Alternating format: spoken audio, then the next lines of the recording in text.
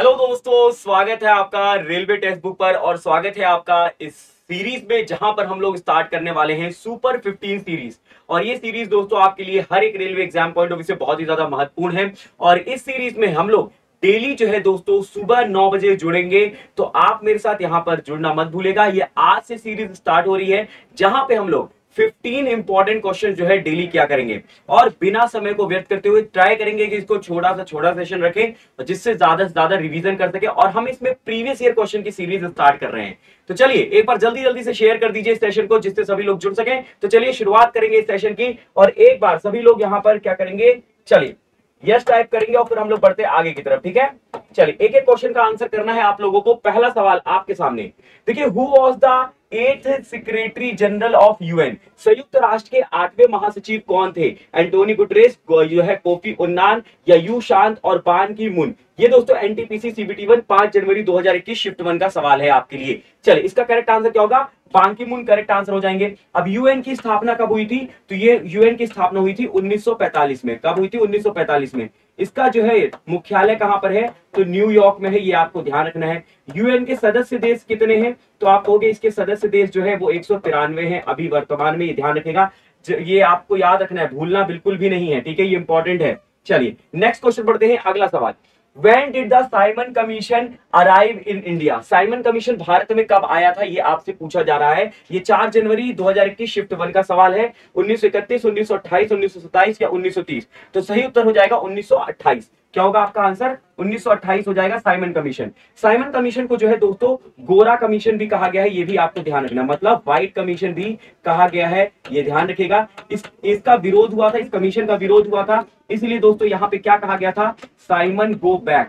क्या कहा गया था? साइमन गो बैक का नारा दिया गया था, ये ध्यान रख लीजिएगा। और 1928 में ही आपको याद होगा लाला लाजपत राय, कौन? लाला लाजपत राय जब स्ट्राइक कर रहे थे, ठीक है, स्ट्राइक पे थे लाला लाजपत राय, तो उनके ऊपर क्या किया गया? लाठी चार्ज की गई। क्या किया गया?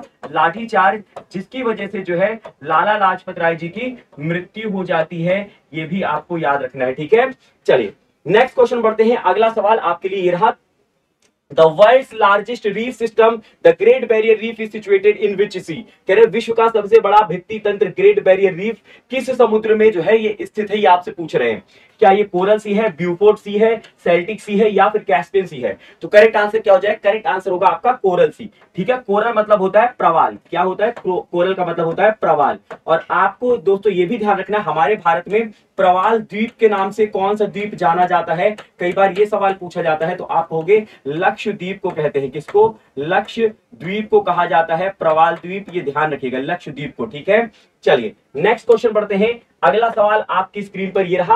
When was project tiger launch? कह रहे हैं भारत में प्रोजेक्ट टाइगर कब शुरू किया गया था? 1970, 73, 75 और 80? तो आपका सही उत्तर क्या हो जाएगा? 1973 में किया गया था। ठीक है, ये ध्यान रखेगा, 1973 में, याद रखना है। अच्छा, यहां पर आपको याद रखना है भारत का पहला राष्ट्र उद्यान, अगर आपसे पूछा जाए कि पहला राष्ट्र उद्यान कौन सा था भारत का, तो आप क्या कहोगे? पहला राष्ट्र उद्यान कौन सा था? तो जो है यहाँ पे कॉर्बेट नेशनल पार्क। कौन सा? कॉर्बेट राष्ट्र उद्यान था, ये ध्यान रखिएगा। ठीक है, फिर आपसे क्या पूछा जाएगा कि बताइए ये कब स्थापित किया गया? तो आप कहोगे 1936 में स्थापित किया गया।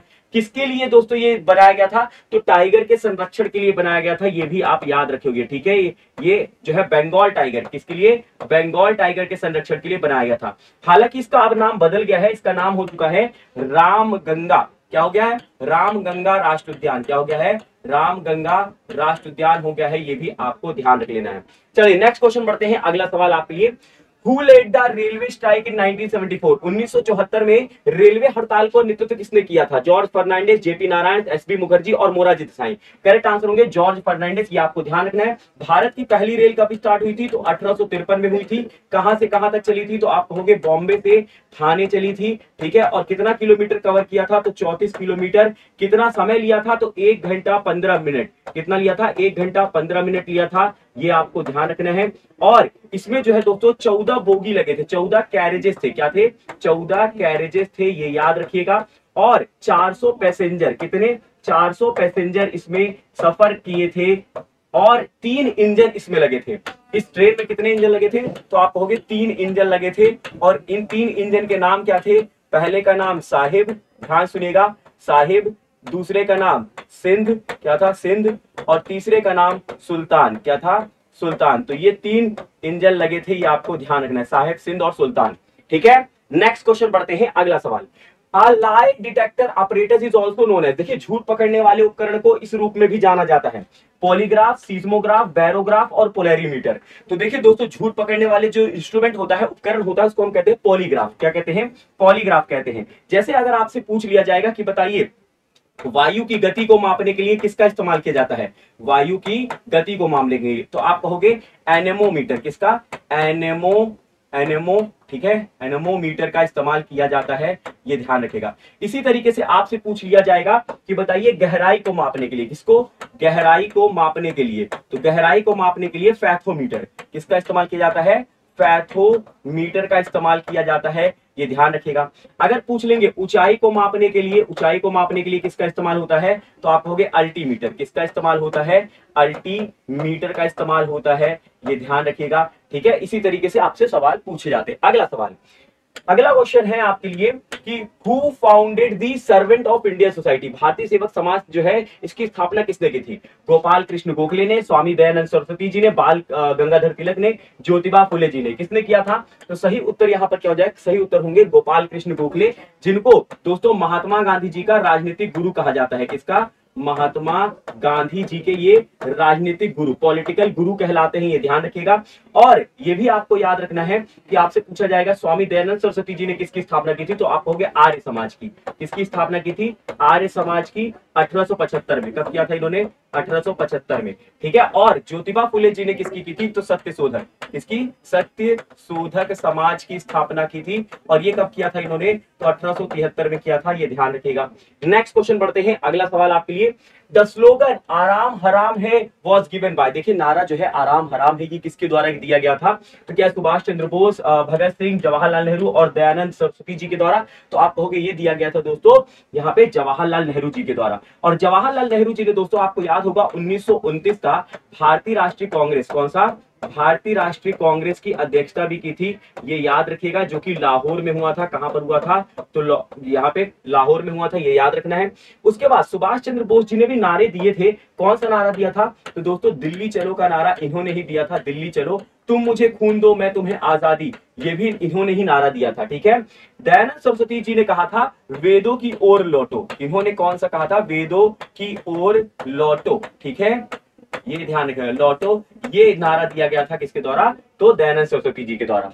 अगला सवाल आपकी स्क्रीन पर ये रहा, यहां कह रहे हैं in which of the following state the Gambhira popular dance perform using various wooden mask, कह रहे हैं निम्नलिखित में से किस राज्य में गंभीरा एक लोकप्रिय नृत्य है जो विभिन्न लकड़ी के मुखौटों का उपयोग करके किया जाता है। क्या ये गुजरात, पश्चिम बंगाल, तेलंगाना और राजस्थान, तो क्या हो जाएगा यहाँ पे करेक्ट आंसर, करेक्ट आंसर होगा आपका पश्चिम बंगाल। गंभीरा जो है पश्चिम बंगाल में, ये ध्यान रखिएगा। गुजरात में जो है दोस्तों गरबा, याद रखिएगा गरबा बहुत फेमस है। ठीक है, उसके अलावा डांडिया, कौन सा, डांडिया नृत्य बहुत प्रसिद्ध है। ठीक है, फिर उसके बाद भवई, भवई नृत्य भी जो है गुजरात में होता है। तेलंगाना की अगर हम बात करते हैं तो तेलंगाना और आंध्र प्रदेश में जो है दोस्तों, आप लोगों को सबसे पहले तो आंध्र प्रदेश का याद रखिएगा, आंध्र प्रदेश का बहुत फेमस है कुचिपुड़ी, कौन सा है, कुचिपुड़ी, ये ध्यान रखेगा, कुचिपुड़ी, ये आपको ध्यान रखना है। कुचिपुड़ी कुछ हिस्सों में, ऐसा नहीं है तेलंगाना में भी किया जाता है। राजस्थान की अगर आप बात करो तो कठपुतली, कठपुतली बहुत ही इंपॉर्टेंट है। ठीक है, कालबेलिया, कौन सा, कालबेलिया, ठीक है, ये ध्यान रखें कालबेलिया। इसके अलावा जो है घूमर, घूमर नृत्य, ठीक है, कहाँ का है, गैर नृत्य, ये सारे राजस्थान के। ठीक है, नेक्स्ट क्वेश्चन बढ़ते हैं, अगला सवाल आपकी स्क्रीन पर। Dash is the first synthetic fibre made by man, कह रहे हैं डैश जो है मनुष्य के द्वारा बनाया गया पहला सिंथेटिक फाइबर था, स्पेंडेक्स, नाइलन, एक्रिलिक, सिलिकॉन, तो करेक्ट आंसर यहाँ पे क्या हो जाएगा, करेक्ट आंसर होगा नाइलन। क्या होगा, nylon is the correct answer, ये ध्यान रख लीजिएगा। ठीक है, आगे बढ़ते हैं अगले सवाल पे। अगला सवाल, how many languages are enlisted in the 8th schedule of the Indian constitution, भारतीय संविधान की 8वीं अनुसूची में कितनी जो है भाषाओं का सूचीबद्ध किया गया है, 25, 23, 22, 21, तो करेक्ट आंसर यहाँ पे क्या हो जाएगा, 22 करेक्ट आंसर होगा। देखिए पहले जो है मूल रूप से अगर आपसे पूछा जाए कि मूल रूप से कितनी थी, तो मूल रूप से आप कहोगे दोस्तों 14 थी। अभी वर्तमान में अगर आपसे पूछेंगे वर्तमान में कितनी है, तो वर्तमान में 22 है। ठीक है, टोटल 8 भाषाएं बाद में जुड़ी, जिसकी वजह से आज 22 भाषाएं हैं, ये आपको ध्यान रख लेना है। ठीक है, चलिए, और अगर आपसे पूछा जाए भारत में शास्त्रीय भाषाएं कितनी हैं, तो शास्त्रीय भाषाएं अब दोस्तों अक्टूबर 2022 में हम 2024 में बात कर रहे हैं, तो कितनी हो जाएंगी? 11 हो जाएंगी, 11। ठीक है, चलिए नेक्स्ट क्वेश्चन पढ़ते हैं। What is Tamil new year also known as? कह रहे तमिल नव वर्ष को जो है हम लोग किस नाम से जानते हैं? क्या ये विशु के नाम से जानते हैं, बेस्तु वरस के नाम से, वरुषा पिरपु के नाम से, या फिर उगादि के नाम से? तो आप कहोगे यहाँ पे करेक्ट आंसर क्या होगा? ऑप्शन नंबर सी हो जाएगा, वरुषा पिरापू करेक्ट आंसर होगा। क्या? वरुषा पिरापू। ठीक है, इसी को हम लोग पुथांडु भी कहते हैं। क्या कहते हैं? पुथांडु जो है त्योहार भी कहते हैं। विशु कहां पे मनाया जाता है? विशु नववर्ष त्योहार है, ये केरल में मनाया जाता है। बेस्तु वर्ष कहां पे मनाया जाता है? ये गुजरात का नववर्ष है। कहां का है? गुजरात का वर्ष है। ठीक है, उगादि कहां का है? तो आप कहोगे ये भी नववर्ष है, लेकिन ये आंध्र प्रदेश। कहां पे? आंध्र प्रदेश। ठीक है, उसके अलावा तेलंगाना। कहां पे? तेलंगाना। और जो है दोस्तों आपको देखने को मिलेगा ये तमिलनाडु, तमिलनाडु कर कर्नाटका में। कहां पे देखने को मिलेगा? कर्नाटका में देखने को मिलेगा। ठीक है, इसी तरीके से आपसे पूछा जाता है कि असम का नववर्ष कौन सा है? असम का नववर्ष, तो आप कहोगे रोंगाली बिहू। क्या? रोंगाली बिहू कहोगे। और रोंगाली बिहू को ही हम लोग जो है बोहाग बिहू भी कहते हैं। क्या कहते हैं? बोहाग बिहू भी कहते हैं, ये ध्यान रखिएगा। ठीक है, चलिए नेक्स्ट क्वेश्चन पढ़ते हैं। अगला question, Raja Ravi Varma was the famous dash? Raja Ravi Varma जो है एक प्रसिद्ध डैश थे। क्या दोस्तों ये पेंटर थे, पोएट थे, मैथमेटिशियन थे, या सिंगर थे? तो आप कहोगे दोस्तों ये क्या थे? तो आप कहोगे चित्रकार थे, पेंटर थे। राजा रवि वर्मा जो है ये चित्रकार थे, ये याद रखना है। अगला सवाल आपके लिए, which Indian prime minister translated the epic Telugu novel into Hindi is named as Sahasraphan? कह रहे किस भारतीय प्रधानमंत्री ने तेलुगु महाकाव्य उपन्यास का हिंदी अनुवाद किया था, जिसे सहस्रफान के नाम से जाना जाता है? आईके गुजराल, मनमोहन सिंह, वीपी सिंह और पीवी नरसिम्हन राव। और ये दोस्तों एक जो है यहाँ पे 30 जनवरी 2021 शिफ्ट 1 का ये सवाल है। ठीक है, सही उत्तर हो जाएंगे यहाँ पे पीवी नरसिम्हन राव। पीवी नरसिम्हन राव दोस्तों 1991 के समय में प्रधानमंत्री थे भारत के। क्या थे? प्रधानमंत्री। और इन्हीं के समय में जो है आपको याद होगा एलपीजी रिफॉर्म आया था। क्या आया था? LPG reform. एलपीजी का फुल फॉर्म है जो है दोस्तों लिबरलाइजेशन। क्या है? लिबरलाइजेशन। ठीक है, पी से हो जाएगा प्राइवेटाइजेशन, प्राइवेटाइजेशन।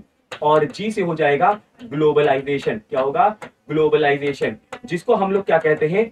उदारीकरण। इसको कहेंगे लिबरलाइजेशन को कहेंगे उदारीकरण, ये ध्यान रखिएगा, उदारीकरण। ठीक है, ये हो जाएगा निजीकरण। क्या हो जाएगा? निजीकरण। ठीक है, प्राइवेटाइजेशन मतलब निजीकरण। और ये हो जाएगा वैश्वीकरण। क्या हो जाएगा? वैश्वीकरण हो जाएगा, ये ध्यान रखिएगा। ठीक है, चलिए नेक्स्ट क्वेश्चन बढ़ते हैं। अगला सवाल आपके लिए ये रहा, how many members are nominated by the president of India in the Lok Sabha from the Anglo Indian community? कह रहे हैं भारत के राष्ट्रपति द्वारा लोकसभा में एंग्लो इंडियन समुदाय के जो है कितने सदस्यों को मनोनीत किया गया?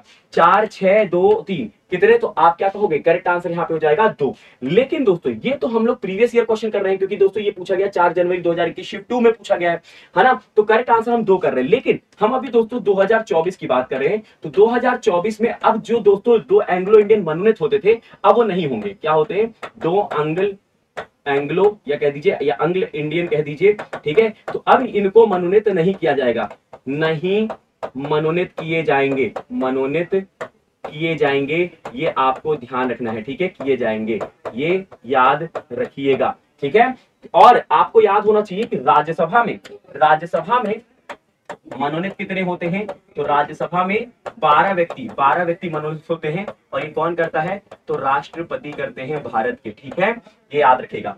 और आपको कमेंट बॉक्स में होमवर्क में ये बताना है कि ये किस संशोधन से किया गया है कि अब जो है यहाँ पे मनोनीत नहीं होंगे। ये किस संशोधन से आपको ये होमवर्क में बताना है। ठीक है, तो दोस्तों ये था एक सुपर 15 सीरीज का एक सेशन, जहां पर हम लोगों ने किया है आप लोगों के लिए वो प्रीवियस ईयर क्वेश्चन जो आपके लिए इंपॉर्टेंट है, और एक छोटा सेशन रखा है जिससे आपको ज्यादा से जल्दी से आप रिवीजन कर सको। और आपकी जो है डेली क्लासेस होती है, इन सारी क्लासेस में आप जुड़ सकते हो। शाम को मेरे साथ आप 7 बजे भी जुड़ सकते हो। रेलवे टेक्स्ट बुक पर ये सेशन होता है, लाइव सेशन, तो आप मेरे साथ यहाँ पर जुड़ सकते हो जीके जीएस के लिए। ठीक है, चलिए तो मिलते हैं अगले सीरीज में, तब तक के लिए रखिएगा अपना ख्याल। सेशन अच्छा लगा है तो लाइक करिएगा, शेयर करिएगा और कमेंट बॉक्स में आंसर करिएगा, और कैसा लगा है सेशन जरूर कमेंट में बताइएगा। और नेक्स्ट सेशन में मतलब सेशन 2 में जरूर जुड़िएगा। मिलते हैं, बाय बाय, टेक केयर, जय हिंद, जय भारत।